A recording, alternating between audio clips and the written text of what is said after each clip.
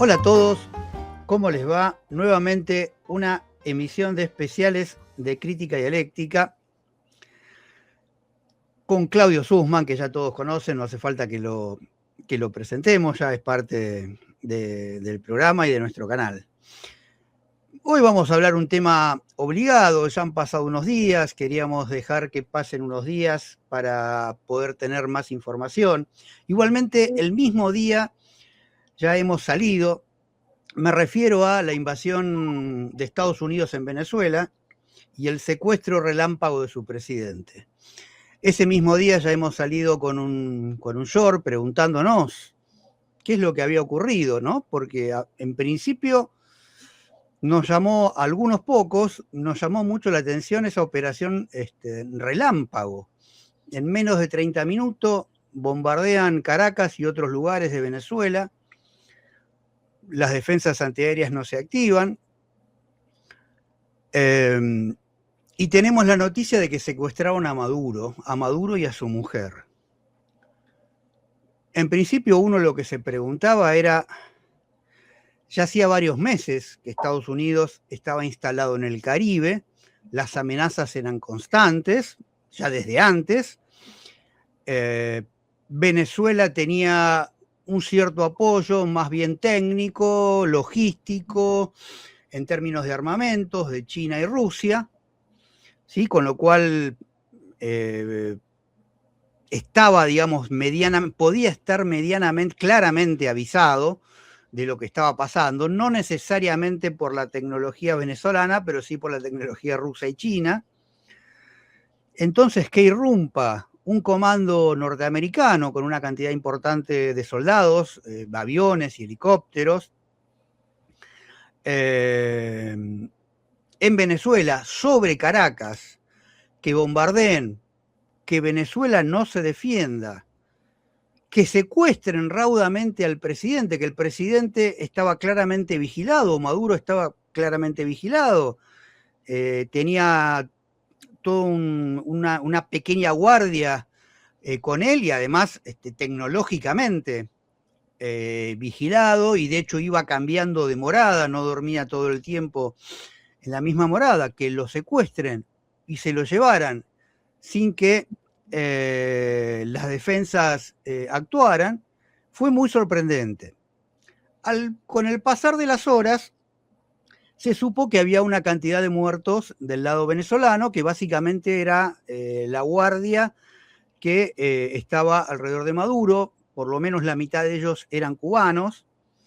Al día de hoy, obviamente esto nunca lo vamos a saber, al día de hoy yo me sigo preguntando cuál es el diálogo que mantiene Cuba con Venezuela, digamos, es muy llamativo que la mitad o más de la mitad de los muertos sean cubanos, ¿sí? Realmente si yo fuera autoridad cubana y ante las circunstancias no me causaría mucha gracia, digamos, ¿no?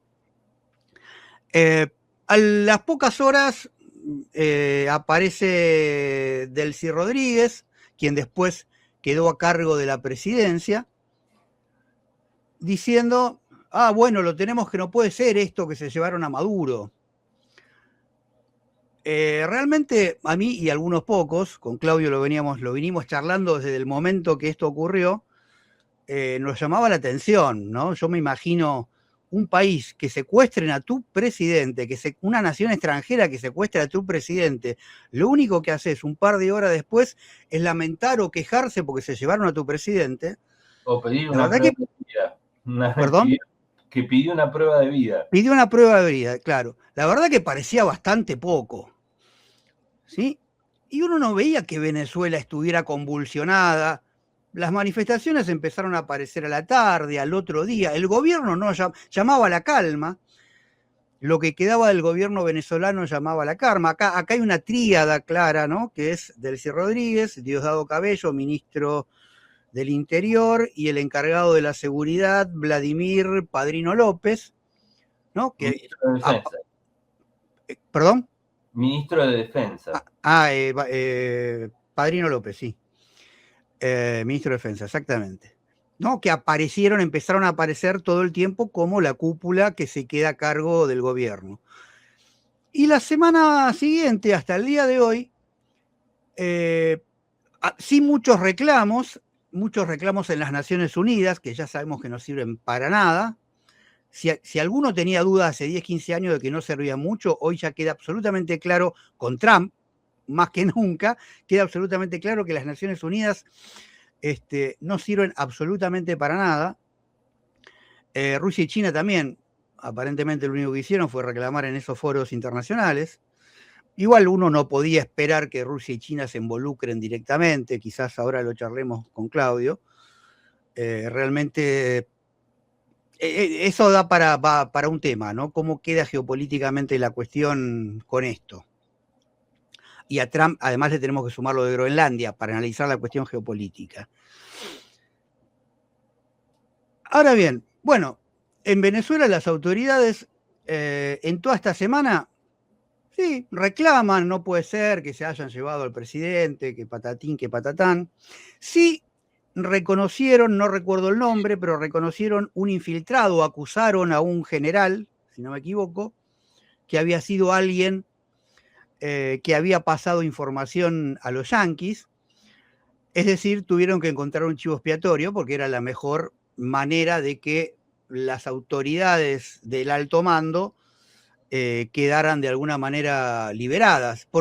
Y yo creo que ¿por qué tuvieron que hacer esto? Porque estas voces, estas primeras voces que nos resultaba raro la operación, se empezaron a hacer cada vez más masivas, cada vez más opiniones de analistas empezaban a coincidir de que, por decirlo sin pelos en la lengua, que a Maduro lo entregaron y que había un acuerdo de la cúpula chavista, lo que yo llamo el chavismo residual, con Estados Unidos, llevándose a Maduro y que Trump dejara al chavismo residual haciéndose cargo de esta nueva Venezuela en una relación diferente de acá en más Venezuela-Estados Unidos.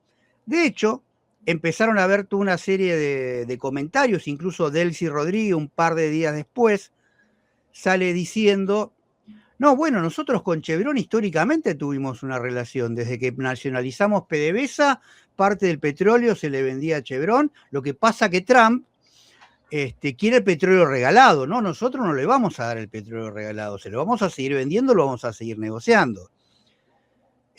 Varios analistas de energía empezaron a hablar, incluso hay una nota interesante en el Destape Web de Argentina, una plataforma multimedia absolutamente negadora de la entrega. Era crítico de Maduro, eso sí, al igual que Cristina Kirchner dudaba de las elecciones. Pero en este caso se puso a defender, digamos, el proceso bolivariano, chavista, lo que queda. Pero incluso hay una nota analizando los caminos que estaría llevando adelante las nuevas negociaciones petroleras de Venezuela más orientadas a Estados Unidos. ¿Sí? Bueno, Estados Unidos no solo necesita el petróleo, lo que se viene diciendo es que Estados Unidos necesita el petróleo venezolano, no solo le viene muy bien el petróleo venezolano,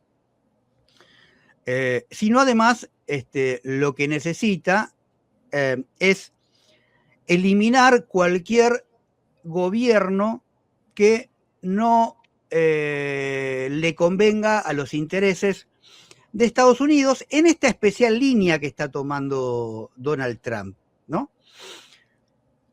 Creo que es importante, nosotros también acá lo venimos diciendo en el canal, para nada somos los únicos, pero sí sostenemos la línea de que el imperialismo yanqui viene en decadencia. Lo que pasa que era el dueño del mundo, digamos. El dueño del mundo que venga en decadencia implica que sigue siendo una potencia. Lo que pasa que no es la única potencia que existía hace algunos años y ya tienen otras que le compiten. Y esta decadencia se nota básicamente en términos comerciales económicos y en términos de capacidad de dominio geopolítico y económico del mundo. Si bien no ha perdido la capacidad de intervenir en otros lugares del planeta, pero Estados Unidos ha quedado relegado fundamentalmente a lo que históricamente se ha llamado su patio trasero, ¿sí? Y ha vuelto a poner sobre el tapete explícitamente esto de la doctrina Monroe, ¿no? De América para los americanos, que en realidad lo que quiere decir es todo el continente de América, del norte, del sur y del centro para Estados Unidos. Eso es América para los americanos.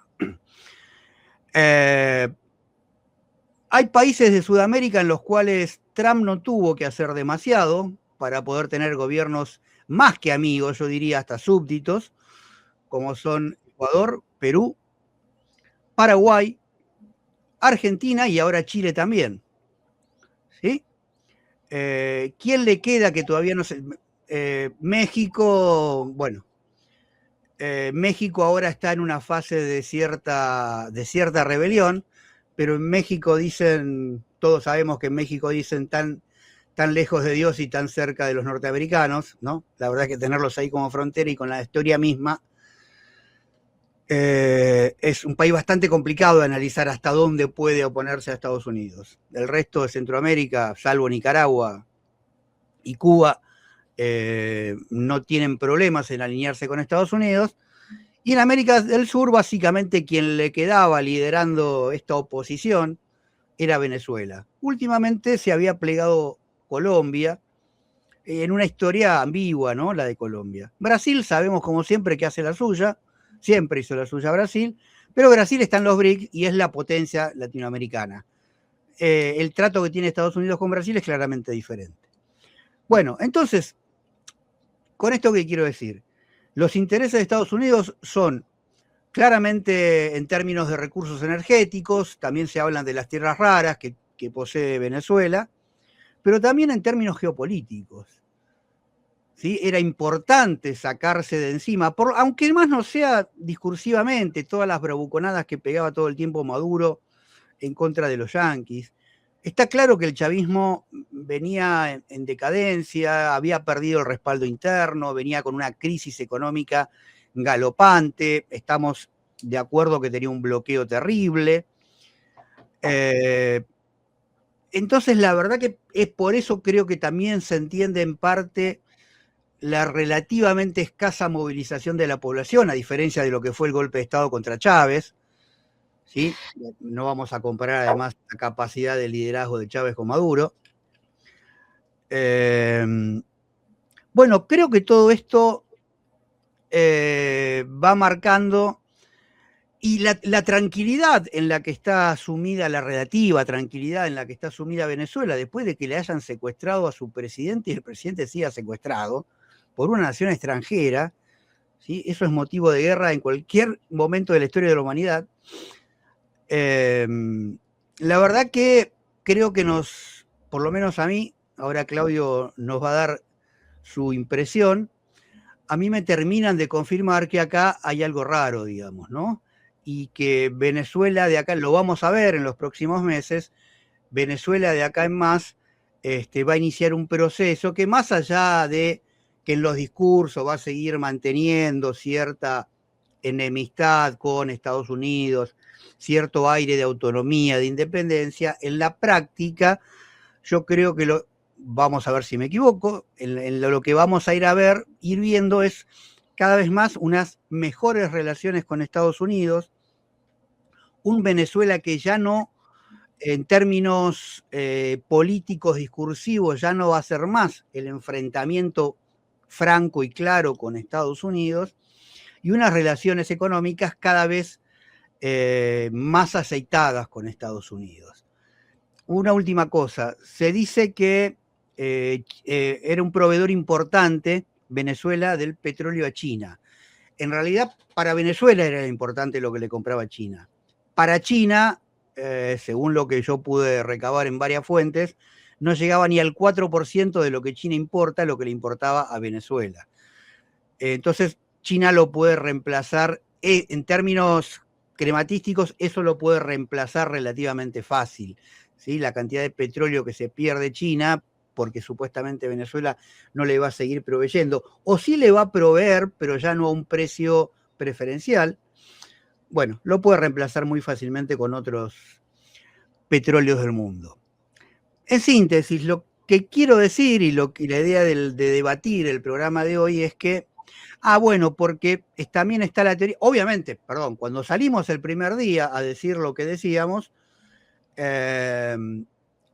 muchos hasta nos tildaron de ser agentes de la CIA. Muchos que tenían el favoritismo hacia todo al proceso chavista. Gente que estaba vinculada, gente que conocía, venía conociendo la historia. Tuvimos muchos debates en esta semana y lo que terminaron reconociendo es que había un topo. ¿Sí?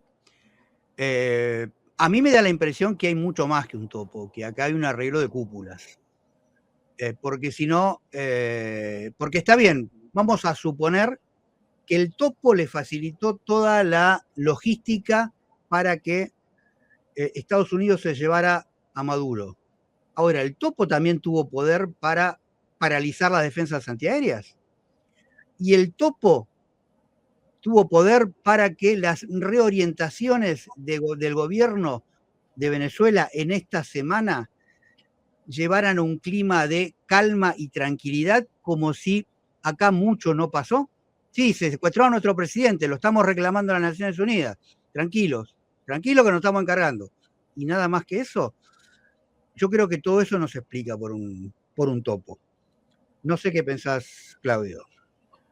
Bueno, yo el sábado tuve una reunión con amigos del secundario, por lo cual yo llegué a mi casa muy tarde, llegué a las 3 de la mañana. Y yo tengo la costumbre de, antes de ir a una mala costumbre, que es la de, antes de acostarme, entrar a YouTube a ver qué pasa en el mundo.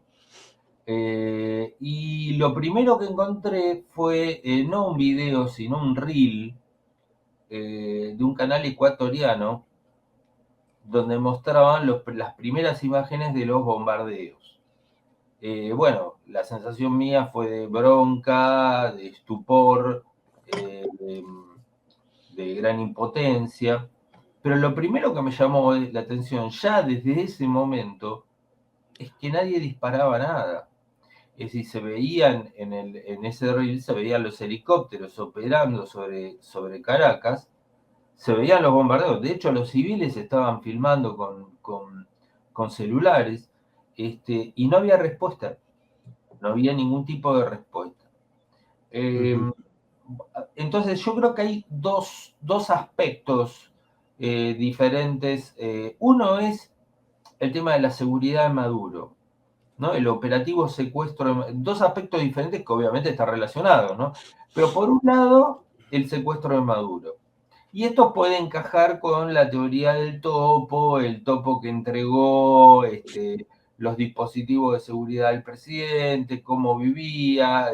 Se dice que los norteamericanos habían hecho una reconstrucción del búnker donde practicaban. Bueno, todo eso es por un lado, pero eso no explica de ninguna manera. Está bien, los tipos tenían un infiltrado con esa información, hicieron un operativo con las fuerzas especiales, secuestran al presidente, en el interín dejan un tendal de muertos, quizás ellos ya hayan tenido muertos también, aunque no lo reconocen, y se lo llevan.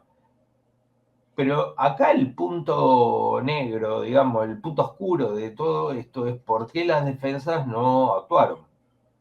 Que eso fue lo primero que me llamó la atención. Yo ayer discutía con una persona muy allegada al chavismo, que ha viajado mucho a Venezuela y que tiene muchos vínculos, y lo que ella me decía era que, bueno, lo que muchos dijeron es que los norteamericanos, a través del sistema de guerra electrónica, habían paralizado el sistema de defensa antiaérea. Eso es verosímil, pero lo que no encaja ahí es que en Venezuela hay miles, porque Chávez se encargó en su momento de adquirir un montón de misiles portátiles rusos, que son básicamente antiaéreos.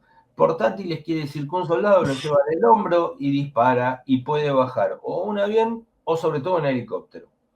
Esos no dependen de la electrónica, no dependen de los radares. De la misma manera que en toda defensa antiaérea hay también cañones antiaéreos, ametralladoras antiaéreas y que pueden disparar independientemente de que los radares funcionen o no funcionen.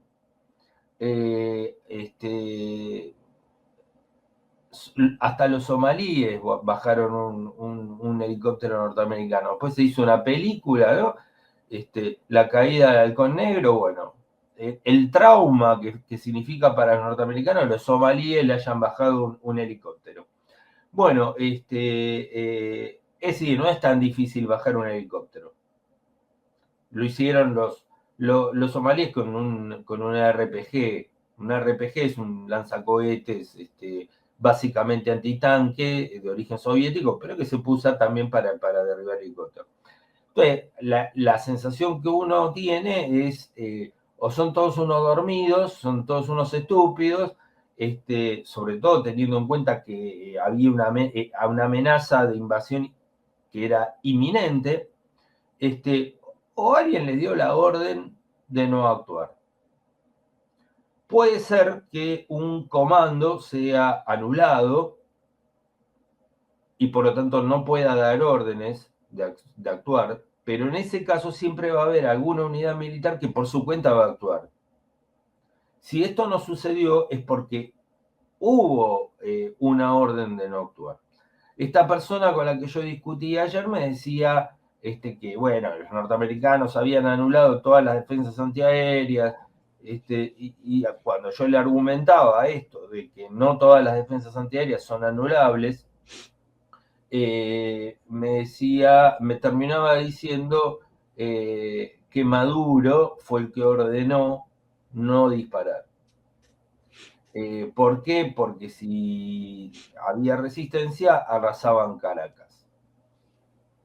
También circuló la versión de que Maduro se entregó, porque si no destruían Caracas. Bueno, si así fuera, ¿para qué hiciste tanto, para qué compraste tantos dispositivos antiaéreos? ¿Para qué gastaste tanta retórica también? Después, otra de las versiones que circularon era que los sistemas de defensa, que son básicamente rusos o de origen soviético, eran inútiles, no servían para nada, y eran anticuados. Bueno, esto es absolutamente falso. No eran todos anticuados, de hecho tenían los Pantsir, que son uno de los sistemas más modernos, no son para nada ineficientes. Lo que los rusos están diciendo, y los cubanos también, porque los cubanos están muy enojados, comprensiblemente, y los rusos también están enojados, comprensiblemente, es que los sistemas de defensa no es que fueran inútiles, ineficientes, sino que no fueron activados. Vemos que también los aviones no despegaron. Los Sukhoi 30 que tiene Venezuela, también de origen ruso, no despegaron. En un país que está ante una posibilidad de invasión inminente, tenés que estar en estado de alerta. El estado de alerta no es estar moviendo las milicias todo el tiempo, que para mucho no van a servir, por cierto, sino que tener todos tus sistemas de defensa aérea preparados. Entonces, en el ámbito militar cubano, en los analistas cubanos y los analistas rusos, lo que prevalece es eso, que hubo una decisión de no defenderse.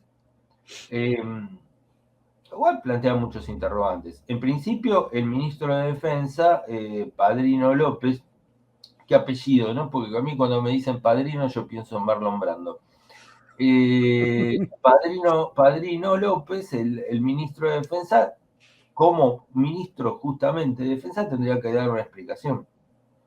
Y no ha dado ninguna explicación pública de por qué, y por lo tanto da lugar a todas estas versiones que circulan, de por qué la defensa antiaérea no actuó. Que diga, no, tuvimos la orden de no actuar. O nos anularon las defensas. Sí, está bien, pero ¿por qué no tiraron con aunque sea una ametralladora? Claro. También están las versiones de que sí se tiraron y que hubo algunos helicópteros que fueron averiados, pero medio raro. Yo creo que en primer lugar, el primer responsable de este desastre es el ministro de Defensa. Después viene, obviamente, Diosdado Cabello como ministro de Interior y de Seguridad por el lado de lo que tenía que ver con, que además es un tipo con mucho peso en las Fuerzas Armadas, el mismo militar, bueno, con respecto al operativo de secuestro de Maduro. Y después la nueva presidente que dice, bueno, pide una prueba de vida, después dice que va a tener una política de cooperación, que está dispuesta a tener una política de cooperación y de negociación con Estados Unidos. El primer punto obviamente que todo país soberano puede negociar y cooperar con Estados Unidos libremente en lo que sea. Ahora, el primer punto para eso es liberarme a Maduro. Ese es el primer punto. Es el presidente. Entraste, te lo llevaste, mataste un montón de gente. Claro. Bueno. Además, perdón, Venezuela hasta hace unos días antes, el principal enemigo era Estados Unidos. El principal enemigo se lleva al presidente y después de eso, la nueva presidente encargada dice, bueno, vamos a ver de cooperar con Estados Unidos. Es muy raro, ¿no? Sí, llama muchísimo. De ahí las versiones de que Maduro fue entregado, de que esto estaba arreglado. Esta persona con la que yo hablaba ayer me decía, en esos virajes que iba teniendo, decía que Estados Unidos le había ofrecido a Maduro un exilio y que Maduro lo rechazó. Es decir, que ya estaba planeado alguna salida. Ahora, como vos decías hace un rato, en ciertos medios, cuando vos planteas eso, te acusan de las peores cosas. Este es el discurso que el imperialismo está queriendo imponer, que en cambio el chavismo está más unido que nunca. No pareciera, incluso apareció Diosdado Cabello con una gorra que decía, dudar es traición, que hizo más acordar a las palabras de Aldo Rico cuando dijo, la duda es la jactancia de los intelectuales. Bueno, está bien, los militares cuando están en combate no pueden dudar, los ciudadanos sí. También sé, por otro lado, que en Venezuela hubo dudas, desconfianza, estupor, que todo resultó demasiado, a mucha gente le resultó extraño, dentro del chavismo, ¿no? Claro. Ahora, siguen llamando a movilizaciones, y la retórica, vamos a defender la patria. Ya está demostrado que a la hora de los bifes, nada. ¿Con qué autoridad moral podés salir a decir vamos a defender la soberanía, la patria, si cuando te atacaron no hiciste nada? El argumento es no, si respondían, arrasaban Caracas. Bueno, que no sé, la verdad, entonces lo que queda es lo que efectivamente va a pasar, es que Venezuela se va a transformar en un estado vasallo. Es decir, un estado vasallo que va a pagar su soberanía a través de tributo. Va a pagar un tributo al imperio para que el imperio no lo invada. Y mientras tanto va a tener cierta retórica antiimperialista para mantener las formas, pero va a pagar un tributo para no ser invadido. Eso hasta que el imperio decida bajarle el dedo, porque como todos dicen, Roma no paga traidores. Y a la larga le van a bajar el pulgar. No ahora, porque Trump, que evidentemente no es estúpido, sabe que la oposición venezolana es absolutamente impresentable y que no podrían manejar una situación de transición y que solamente el chavismo lo puede hacer. el chavismo es garantía de orden. De Bueno, hecho, salió inmediatamente Trump a decir Corina Machado no va para esto. no, claro, la ninguneó, la dejó en ridículo. Ahora, bueno, una de las imposiciones probablemente que va a tener Venezuela en esta situación de vasallaje va a ser, por ejemplo, yo estoy seguro que va a ser la imposición de que no venda, no le entregue petróleo a Cuba. Claro. Que haga negocios con los chinos, sí, los va a hacer. Sí. Porque los yanquis van a morder de ahí. Negocios con los chinos, negocios con quien sea, van a hacer, pero a Cuba le van a cortar el chorro. Es muy difícil que Cuba pueda sobrevivir, ya de por sí está en un estado calamitoso, y aunque imagino que en Cuba hay otro espíritu diferente, ¿no? Pero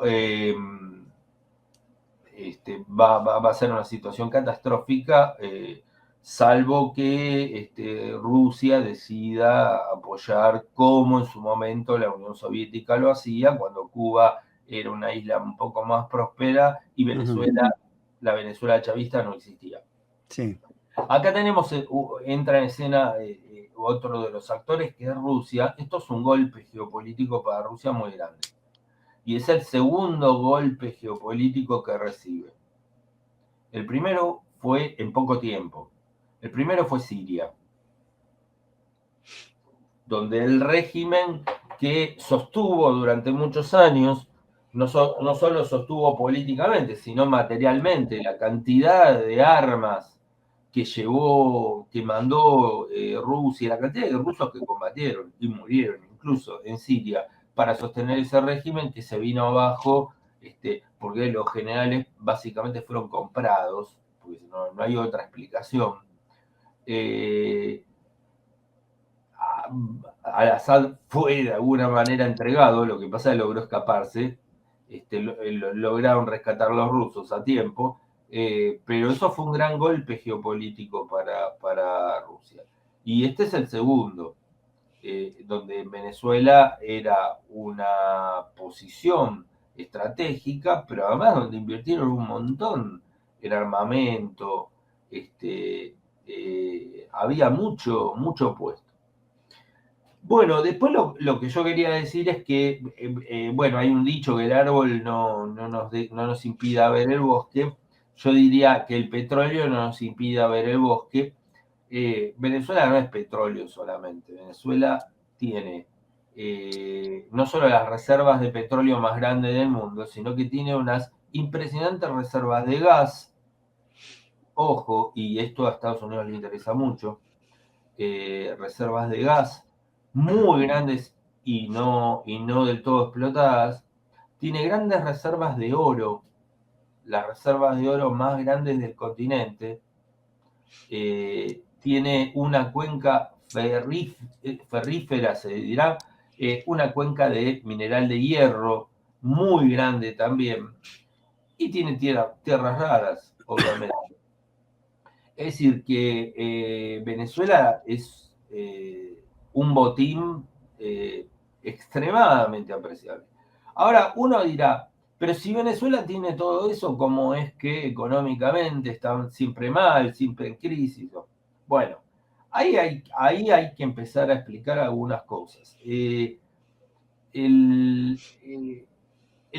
petróleo, no es que uno abre una canilla y sale petróleo.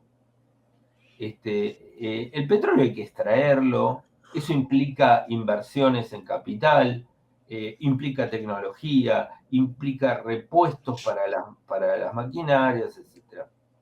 Pero además hay que aclarar otra cosa. Hay tres tipos de petróleo, básicamente, con una serie de variantes a su vez. Está el petróleo liviano, el pesado y el extra pesado. El petróleo liviano es el petróleo que es relativamente fácil de extraer, bastante fácil de refinar, porque tiene muy poco azufre, y que es más bien en un estado más líquido, es como un aceite. De hecho, la palabra petróleo viene del latín, quiere decir aceite de piedra. Y después está el petróleo pesado y extra pesado, que es el que hay en Venezuela, justamente, que es un petróleo mucho más denso, mucho más, que parece una melaza, un masacote, que es mucho más difícil de extraer, mucho más difícil de extraer, mucho más difícil y costoso de procesar y de refinar. Entonces, Venezuela se vio enfrentado a esto, porque uno dice, ¿por qué operaban empresas extranjeras en Venezuela? Bueno, operaban porque Venezuela no tenía la capacidad en sí misma, sí manteniendo el monopolio de la propiedad del recurso, pero no tenía la capacidad material para extraer esos recursos, la tenía de manera muy limitada, y más a partir de todas las sanciones que Estados Unidos le fue aplicando. Por eso había no solo Chevron, también empresas chinas, porque las empresas chinas no solo les interesa el petróleo, sino también el negocio de extraer el petróleo, de refinar el petróleo, bueno, una serie de cosas. Pero lo importante es entender esto, que el petróleo de Venezuela no es el petróleo de Arabia Saudita, que sale mucho más fácil, que es más barato. Esto es un petróleo muy caro, muy costoso. Incluso el extra pesado es tan difícil de extraer que hay que desarrollar toda una serie de instalaciones que inyectan vapor, agua caliente para poder aflojar y poder después extraerlo. Estamos hablando siempre de petróleo convencional, no de fracking. Sí. Es decir, es un petróleo convencional que es tan difícil de sacar o más costoso, quizá casi tan costoso como el del fracking. Bueno, eso explica la caída que tuvo Venezuela en todos estos años en cuanto a la cantidad de barriles que producía. Sí, No de por 4 barriles, de 4 millones pasó a 1 millón. Claro, pero lo que en general dice la inoperancia del régimen chavista. Puede haber algo de inoperancia, pero el problema es que vos necesitas capitales para extraer eso, necesitas tecnología, necesitas inversiones. No es fácil, no es tengo petróleo, meto un cañito, abro una canilla y No, empiezo a salir. no, Capaz que pero en Qatar o en Arabia Saudita es así, en Venezuela de ninguna manera. está bien, pero llama la atención que después de 20 años de chavismo no no se haya concentrado el Estado como para poder mejorar radicalmente esa situación, incluso con alianzas con otros países, digamos, ¿no? Ahí yo creo que hay una falencia claramente del chavismo. Digo, más allá de las dificultades técnicas y de las trabas geopolíticas y del bloqueo económico y político que le viene haciendo Estados Unidos. Pero no estamos hablando de un proceso de un par de años, estamos hablando de un par de décadas. A mí me llama la atención que no hayan encontrado alguna manera de superar, aunque sea medianamente, esta limitación. Porque si no, a ver, si no llegamos a la conclusión de que Venezuela, como país autónomo, no estoy hablando de socialismo ni nada por el estilo, no es viable. Porque siempre va a depender de la gran potencia que es Estados Unidos que venga y le saque el petróleo. A su antojo, ¿no? Al antojo de Estados Unidos. No, es que se puede hacer convenios con una empresa norteamericana que esté dispuesta a extraer el petróleo en condiciones favorables para Venezuela. Sí. Obviamente la empresa, en este caso Chevron, va a querer ganar plata, obvio, pero se puede hacer acuerdos con capital extranjero. Cuando no se tiene la capacidad para extraer el petróleo y vos necesitas ese ingreso de divisas que vienen del petróleo, podés hacer acuerdos, no es una traición hacer acuerdos con empresas extranjeras. Eso está claro, pero condiciones favorables, que ahora no la van a hacer, porque ahora es una situación que yo defino como de vasallaje. Venezuela va a pagar tributo y además no solo en petróleo, también gas y todo lo que tienen para extraer, que es mucho más a largo plazo, y además el condicionamiento geopolítico, ¿no? Alejarse de Cuba, alejarse de Rusia, con China sí van a seguir haciendo negocios. Con Rusia, a Rusia no le venden petróleo, pues si hay algo que Rusia no necesita es petróleo. Claro. el interés de Rusia era geopolítico. Así que la situación es desoladora, porque además toda la operación fue una operación ejemplificadora, ¿no? Claro, exacto. Miren lo que hacemos. Sí, Este, sí. yo me reía porque después Petro decía que Petro tuvo una actitud, hay que reconocerlo, para mí fue bastante digno, con sus limitaciones. Yo no esperaba de Sí, Petro. los últimos meses hubo una clarificación de Petro en apoyo a Venezuela, eso está claro. Fue mucho más fuerte aún que Brasil o con México, que son Sí, potentes. sí. Bueno, a mí me causaba risa porque Petro dice que Trump lo invitó a visitar la Casa Blanca y Petro tendría que haber dicho, ni loco, a ver si me secuestran. Claro, porque ahora, digamos, pueden secuestrar a cualquiera. Claro, exactamente. Por supuesto, nos faltó el payaso, el gran payaso mundial, ¿no? El argentino, el gran payaso mundial, que es el comediante ucraniano, Zelensky, que salió diciendo que si Estados Unidos hizo eso con Maduro, ya saben lo que tienen que hacer. Es decir, que lo hagan con Putin. Claro, sí, vos vas a entrar a Rusia de la misma manera que entraron en Venezuela. A Claro, Venezuela, sí, sí. sí, está bien. Dale, inténtalo. Yo en todo caso me empezaría a preocupar de que si los Estados Unidos hicieron eso, Rusia también lo puede hacer. En el caso Es que Trump habilitó a que cualquiera ahora ya ni siquiera mantengan las formas de lo que es el derecho internacional. No, incluso con las prácticas de piratería marítima que está implementando. Bueno, lo que hizo, claro, lo que hizo Trump con el petrolero de bandera rusa. Sí. Sí, no. Trump está diciendo, el derecho internacional ya no vale, estamos volviendo a la época, al 1600, 1700, ¿no? Ya claramente a la época de los piratas. Bueno, pero hubo una respuesta rusa, lo que pasa es que Sí, obviamente, como todo sí, lo que hacen los rusos, los medios no lo sí. discutan lo En suficiente. Ucrania, en Ucrania te referís. Sí, tiraron un Sí, pepinazo, es decir, tiraron un Oreshnik. El Oreshnik es el misil convencional más poderoso sí, que existe, con mayor capacidad destructiva, con 6 sí, objetivas, bueno, una cosa de locos, que solo sí, había tirado uno hasta sí, ahora y que sí, conmocionó al mundo cuando lo tiraron, sí, porque Occidente no tiene una cosa así, y sí. respondieron tirando otro en Lvov, o Leópolis, que es una zona de Ucrania cercana a Polonia. Claro, eso es eh, el segundo dato llamativo. No solo el tipo de misil, sino a dónde lo dispararon. y Polonia En la frontera oeste de Ucrania, cerca de Polonia, que en nunca una, habían atacado. en una región que además Polonia codicia, Sí, porque sí, Polonia también se quiere quedar con Leópolis. Bueno, y que volaron con ese Oreshnik un sistema, uno de los sistemas de almacenamiento de gas más grande de Europa. uh-huh. Sí, definitivamente dejaron a Ucrania sin gas en pleno invierno. Y Eh, además atacaron Kiev ayer, muy sí, bueno, fuertemente. eso lo hacen todos los días. No, pero creo que el ataque de ayer fue más fuerte, me parece, que lo que Sí. venía haciendo.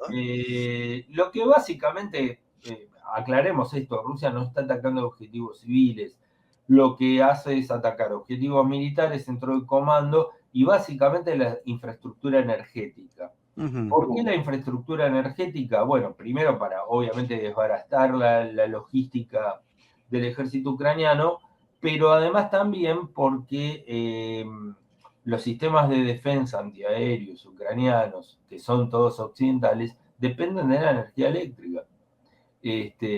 Y entonces lo que están buscando los rusos y consiguiendo es que los ucranianos no tengan electricidad para poder activar esos sistemas de misiles, esos sistemas de defensa e incluso las plantas de ensamblaje de drones que no funcionan si no hay electricidad. Siempre esto en el esquema de guerra que está planteando Rusia es una guerra de desgaste, Sí. ¿sí? Una guerra de desgaste. Y yo creo, perdóname, Al tiene uno, enemigo lo más posible, teniendo la menor cantidad de bajas posibles, hasta que el enemigo colapse. Sí, disculpa. No, decía, creo que el ataque de la infraestructura energética tiene un segundo objetivo, un objetivo secundario, me parece, que quizás no sea necesariamente el buscado, pero es que la población se canse, ¿no? Porque eso afecta a la población, que se corte la electricidad termina afectando también a la población. Y eso termina dando un hartazgo, puede terminar generando un hartazgo en la población y quitándole cada vez más el apoyo que podría tener hacia el gobierno, digamos, ¿no? Sí, tiene un Y efecto volviendo, ¿eh? desmoralizador. Claramente tiene un efecto desmoralizador, pero Claro, un efecto secundario. exacto, es secundario. Y creo que esto, volviendo a Venezuela, a mí también me parece importante decir, a ver, lamentamos claramente todo lo que está ocurriendo y yo lamento terriblemente el proceso de desgaste del chavismo. El chavismo nunca se ha propuesto grandes objetivos de ningún estilo revolucionario, pero dentro de lo que venía ocurriendo en las últimas décadas, era un aire, una bocanada de aire fresco, claramente, ¿no? En Latinoamérica. Eh, digo, yo creo que esto que ha ocurrido ahora y que está empezando este nuevo giro que estamos diciendo que se está dando en Venezuela, tiene que ver también con una población que ya no tiene el nivel de motivación y de movilización que lo tenía en la época de Chávez. Porque, como digo, después de 20 años, si vos no le das mejoras, soluciones concretas, bien visibles, no quiero decir con esto que el chavismo con Maduro no haya tenido claramente mejoras, pero la oposición era cada vez más fuerte, más allá de que estuviera dividida, que es inoperante, incompetente, y tiene, creo que la mitad o casi la mitad de la población fuera del país. Eh, o sea que estamos hablando de un proceso político que intenta que lamentablemente con banderas de ciertos ribetes de liberación, que no venía logrando buenos resultados. Y bueno, después de muchos años, la población te termina abandonando. Sobre todo si no tenés una retórica de lucha antiimperialista y a la primera prueba no la pasás. Claro, bueno, esto es más, claro, Yo me imagino los rusos agarrándose la cabeza y diciendo, ¿para qué carajo mandamos tantas sí, armas, también, sí. tantos dispositivos, tanto, y no sirve para nada? Bueno, digo, una cosa que quería señalar, más allá de que un régimen político nos puede gustar más o menos, o que un régimen político lo podemos criticar por su no consecuencia, por inconsecuente, o por debilidad, o por lo que fuera, siempre hay que ver ese régimen político cómo se para geopolíticamente. Eso me parece que es lo primero que hay que ver. Y en ese sentido, yo decía, las dos grandes derrotas geopolíticas de Rusia, que son Siria y Venezuela, y está es muy posible que se produzca una tercera mucho más catastrófica, porque esto va a ser en las fronteras, que es Irán. Hay que seguir muy de cerca la situación en Irán, porque es probable que sea, digo, más allá de que el régimen de República Islámica no nos simpatice, no nos agrade, pero es un colchón, digamos. El régimen islámico no va a ser reemplazado por un régimen antiimperialista laico, y no va a ser reemplazado por mucho menos un régimen socialista laico, no, va a ser reemplazado por un régimen pro-occidental. Ya hasta el hijo del Shah se anotó. Yo creo que restaurar la monarquía en Irán es una locura, es imposible. Pero sí establecer un régimen pro-occidental. Y eso ya es en la frontera de Rusia. Claro. Entonces eso ya cada vez es más grave. Esto hay que pensarlo dentro de esa... Lo veo más difícil. Sí, pero no es improbable. Es difícil, pero no No, es improbable. no, digo, veo más difícil que Rusia se quede sentado de brazos cruzados con Irán, justamente porque está en las fronteras, digamos, ¿no? Bueno, en Rusia muchos lo cuestionan a Putin por débil, por timorato. Yo no Sí, creo que sea débil o timorato, pero hay todo un sector que sí. Y requiere da más. da la impresión de ser a ver, ¿qué término puedo decir? De tardar en la reacción, digamos, ¿no? Sí, hay algo que se llama paciencia estratégica. Sí, Es decir, claro, hacer tu juego, tus movidas independientemente de las que haga el enemigo y mantener esa paciencia para alcanzar fríamente el objetivo que te sí, fijaste. El sí, problema es que el enemigo muchas veces confunde la paciencia estratégica con debilidad. sí, Entonces, ven debilidad donde hay paciencia estratégica, y si el enemigo percibe la debilidad, bueno, actúa en función de esa debilidad que percibe. Por ujú, eso esta cosa desbocada que tiene Trump ahora, de que se quiere comer el mundo. sí, sí, sí. El que vos Pero, mencionaste Groenlandia es un tema interesante porque si Estados Unidos llegara a invadir o a tomar por la fuerza Groenlandia, le da el golpe de gracia a la OTAN, a la OTAN, definitivamente. porque está atacando a un país de la OTAN, que es Ujú, Dinamarca. ujú, Y en ese caso, ¿qué haría la OTAN? Tendría que defenderse de Estados Unidos. Sería una situación impensable. totalmente. Hay mucho tiempo que Trump viene despreciando la OTAN, le importa muy poco, es un gasto. Yo no creo, puedo equivocarme, pero yo no creo que vaya a suceder eso. Yo creo que lo que finalmente va a suceder es que van a llegar a un acuerdo con Dinamarca, le van a dar más bases militares, pues ya tienen bases militares en Groenlandia, no seamos ingenuos. Le van a dar más bases, le van a dar cierto acceso a ciertos recursos, no va a pasar nada, me parece. Sí, No. sería bastante descabellado por ahora es difícil de creer que Estados Unidos se apropie por la fuerza de Groenlandia, digamos. Más allá de que técnicamente podría hacerlo, ¿no? Ahora, volviendo a Rusia y Irán, digo, Siria y mucho más Venezuela son objetivos más alejados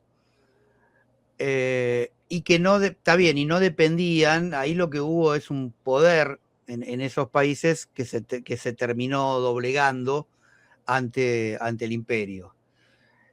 Irán, por ser frontera, eh, incluso hasta geográficamente le resulta más factible a Rusia involucrarse de manera directa.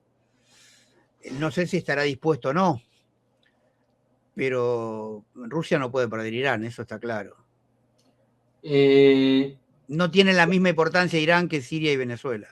no, seguramente, no, pero aparte Irán es una potencia mediana, Sí, digamos, y a Irán es otro dato, Irán es BRICS, claro, claro. Irán es parte de los BRICS. Creo que Estados Unidos apuesta a la conmoción interna, Sí, sí, sí. y bueno, no sabemos qué va a pasar, pero digamos, no es un escenario improbable No, no, que claramente que haya no. otra movida geoestratégica de Estados Unidos contra Rusia. Porque hay que entender todas estas movidas dentro de un panorama general. Claramente. Yo no creo, porque otra de las teorías que circularon es que hubo un acuerdo. Se repartieron el mundo. No, Este, China va a tener la influencia en Asia, Rusia en Europa Oriental, Israel en Oriente Medio y Estados Unidos en el continente americano. sí, no, Yo no creo que eso sea que haya un reparto del mundo de esa manera. no. Creo que va a haber disputas, va a haber muchas disputas sobre. Eh, Sigue pendiente el conflicto Taiwán, China-Taiwán, China con su provincia escindida, que es Taiwán. Yo cuando fue el ataque sobre Venezuela pensaba, eh, China, este es el momento. Claro, exactamente. Exactamente. Este es el momento. Sí, Pero bueno, vamos a ver cómo se resuelve. En realidad, bueno, es muy difícil prever, estamos en un escenario donde es muy difícil prever lo que va a pasar. Pensemos todo lo que sucedió en una semana. Sí, sí. En una semana todo lo que pasó, no solo la caída, el secuestro de Maduro, los virajes del régimen chavista, las declaraciones de Trump, el conflicto con Colombia, con México, con Groenlandia, el Oresnik que tiraron los rusos, no nos olvidemos. El petrolero ruso capturado por los yanquis. El petrolero ruso capturado cual abordaje pirata en aguas internacionales. Sí, sí. Y ahora el conflicto en Irán. Sí, sí. Así todo eso en una semana. Sí, Y sí, sí, sí. imagínense lo que podemos llegar a estar hablando de acá a la semana próxima o en 15 días. Y además que todavía nos faltan muchos datos sobre Venezuela, saber más que eh, a los que te dicen, vos sembrando dudas, planteando estas cosas, estás haciéndole juego al imperialismo, porque vos tenés que cerrar filas con el gobierno venezolano. No, nosotros intentamos entender, intentamos comprender qué es lo que pasó, intentamos analizar más allá de que somos, obviamente, firmemente estamos en contra del imperialismo, vamos a defender a cualquier país que se quiera defender a su vez del imperialismo, eso está claro, pero también tenemos que tratar de entender y analizar los procesos. Y el proceso venezolano, lo que ha sucedido en Venezuela, es muy extraño, muy raro. Es muy turbio. Es Y muy, que muy turbio. me parece importante esto que dijiste, yo lo quería mencionar, al cerrarlo, lo menciono ahora. Eso es cierto, te dicen del lado amigo, no, pero vos estás sembrando duda, lo que dijiste vos, eso no sirve, eso es funcional al enemigo, ¿no? Esa frase tan clásica, que incluso utilizan todo el tiempo el kirchnerismo, con el cual nosotros no tenemos nada que ver. Bueno, no se trata de defender una mentira. Si vamos a estar con posiciones firmes, tenemos que saber justamente el dato concreto.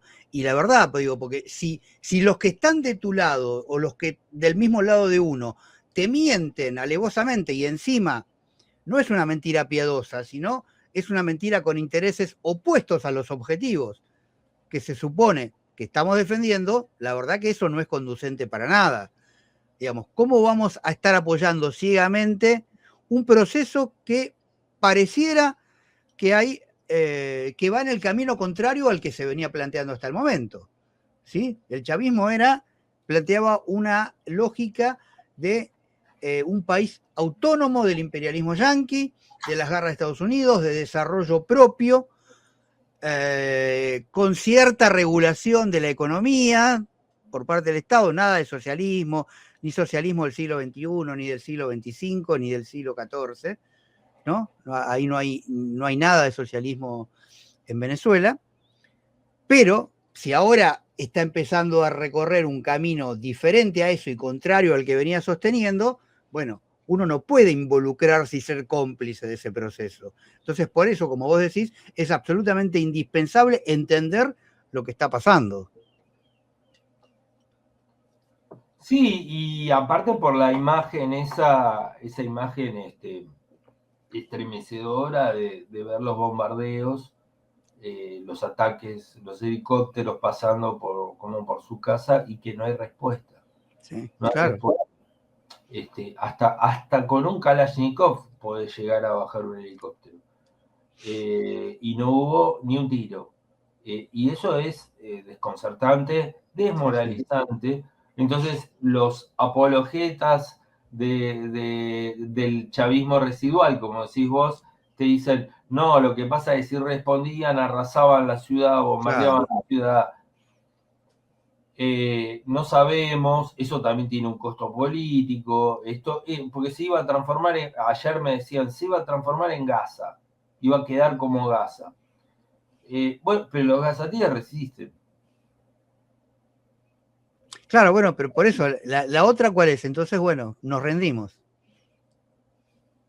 La alternativa cuando te plantean ese tipo de cosas es, bueno, entonces hay que rendirse. Sí, aceptar el vasallaje, Claro, porque lo que Estados Unidos le plantea a Venezuela es un sistema de vasallaje. Venezuela va a subsistir como Estado independiente en tanto que pague tributos. claro. Tributos en recursos y además en subordinación. Y no es, ojo, va a haber subordinación política. Sí, Te tenés que claramente. despegar de Rusia, no tenés que mandar petróleo a Cuba. Eso no. Con los chinos podemos seguir haciendo negocios, pero juntos. Sí, Eh, sí. Son eh, los objetivos de Trump, los objetivos claros de Trump para cualquier país de Latinoamérica. sí, Digo, sí. otro dato que no mencionamos todas las reacciones de esto que yo llamo el chavismo residual, pero por ahí no mencionamos tanto ciertas reacciones de Trump, de cierta tranquilidad respecto de Venezuela ahora. De hecho, la flota que estaba en el Caribe amenazante ya no se habla más. No tengo claro cuánto se retiró, si se retiró del todo, parcialmente se ha retirado, pero ya a Trump no le preocupa Venezuela. Ya no es un motivo de preocupación. Evidentemente demuestra cierta, ya se empieza a preocupar por Groenlandia. Ahora tengo otro objetivo. Venezuela ya lo logré. Y Sí, solo con secuestrar a Maduro no logra nada. amenazó. Lo primero que dijo es: ahora la que sigue es Cuba. Después dijo: ahora la que sigue es México. Después Sí, se metió con Colombia. sí. Eh, Trump un día dice una cosa, otro día dice otro, es absolutamente impredecible. Trump, No, el personaje, sí, ojo, sí, atrás del personaje hay un estratega y atrás del sí, estratega hay muchos estrategas. sí, sí. Mucho poder norteamericano. Sí, no, Bueno, pero. no es que el tipo hace lo que se le No, canta, no, no, no. no, no, Pero que tiene pero Trump, dentro de su impredecibilidad y del personaje que construye, hay una estrategia. sí, sí, Hay una estrategia. sí, Que es sí, la lo viene demostrando. estrategia, que es la estrategia del imperio en decadencia. El imperio en decadencia se vuelve más agresivo. Ujú. Este, en decadencia no quiere decir que se va a derrumbar mañana, No, claro, pero es un imperialismo que no solamente le han surgido rivales que hace 20 años no tenía, cuando había logrado establecer ese famoso mundo unipolar, sino que además le cuesta económicamente, le cuesta más sostener ese esfuerzo. Es decir, el gasto militar es cada vez ujú, mayor. Estados Unidos tiene 700 bases militares distribuidas, las conocidas, las declaradas, son 700 bases distribuidas por todo el mundo. Hay que claro, sostener ese aparato militar. Y la economía norteamericana no es la economía de hace exacto. 20, 30, 40 años. Sí, exacto. Bueno, entonces hay que sostener ese esfuerzo. Eh, en ese sentido que planteamos también que es un imperio que está en una fase de decadencia. No quiere decir que se va a caer mañana ni nada No, por el no, no, estilo. no. Ni que haya perdido totalmente poder. No, al contrario, estamos viviendo un momento en el cual ese poder pareciera reforzarse. Sí. Pero también está generando una gran conflictividad interna. Ujú, Cada vez más hay más conflicto ujú, interno, ¿no? Hubo marchas muy masivas en Estados Unidos por la ujú. muerte de esta chica que mataron de una manera absolutamente Terrible. terrible, una cosa de locos. Sí, sí, Bueno, sí. y hay situaciones que son casi, diría, graciosas, ¿no? Como los venezolanos que en Estados Unidos salieron a festejar la captura de Maduro y se los Y terminó llevando la migra porque resulta que eran inmigrantes ilegales y sí, los sí, sí. deportaron. Sí, Situaciones realmente. sí. Y ayer veía, no tuve muchos más datos, pero que hubo en un estado un enfrentamiento, no sé si llegaron a los tiros, entre la Guardia Nacional y la Migra. La Guardia Nacional depende de cada estado. La Guardia Nacional se llama nacional, pero no es del Estado-Nación. Las guardias nacionales son de cada estado. Ujú, Son una especie de reservista o policía militarizada a medio término, una cosa más de tipo milicia, pero que están bajo la autoridad del gobernador de cada estado. Y hubo un conflicto, Incluso me acuerdo que el chiste que se hacía era, al poco tiempo de asumir Trump, que quiso invadir California, ¿no? Porque como no estaba de acuerdo con el gobernador, quiso mandar tropas a intervenir California, que sería la segunda vez que Estados Unidos invade California, ¿no? Claro, exactamente. Cuando California era mexicana. Exacto. Bueno, en eso estábamos. Sí. Bueno, necesariamente el tema de Venezuela nos llevó a la cuestión geopolítica porque no se puede entender, como vos bien dijiste, Claudio, y como bien tenemos en claro en este canal, no se puede entender hoy en día, desde la modernidad misma, desde la globalización que empieza con la modernidad, ningún proceso político nacional, sino es en clave de las relaciones con el resto, y más cuando están en juego potencias, digamos, ¿no? Diferente sería si dos países que no son potencia entran en conflicto, pero es raro que atrás de esos países no estén alguna de las potencias, digamos. Así que si nos derivamos fue porque el tema amerita necesariamente esta, más que derivación, esta explicación más ampliada, digamos, ¿no? Y bueno, nos quedaría, hablamos de lo de Irán, me gustaría, vamos a ver si podemos hacer algún programa respecto de lo que está pasando en Irán, porque eso también es clave, digamos, ¿no? En estas semanas. Así que, Claudio, creo que nos podemos ir despidiendo. Yo me despido de todos ustedes. Claudio, ¿te parece que querés agregar algo más? No, vamos a ir viendo porque esto es muy complicado porque en una semana cambian tantas cosas, así que bueno, vamos a estar alertas, como ese sábado negro en el cual yo llegué a las 3 de la mañana y me encontré que estaban bombardeando Caracas y me quedé toda la mañana buscando información. Bueno, es así. Vamos a tener que seguir de cerca lo que está pasando en Venezuela, lo que siga pasando en Irán, si tenemos material, hacer algo sobre eso, y nunca olvidarse tampoco del escenario ucraniano, al cual le hemos dedicado tantos videos, ¿no? No, claro, eso sigue siendo clave, no. Eso sí, porque eso es más allá del destino de Ucrania, va mucho más allá del destino de Ucrania, como ya venimos tratando largamente en este canal. Así que bueno, gracias a todos nuevamente. Como siempre les pido, nos pongan un like, difundan nuestro canal de boca en boca, para que el algoritmo de esta plataforma nos dé un poquito más de visibilidad. Así que, bueno, hasta una próxima entonces. Adiós. Chao, hasta luego.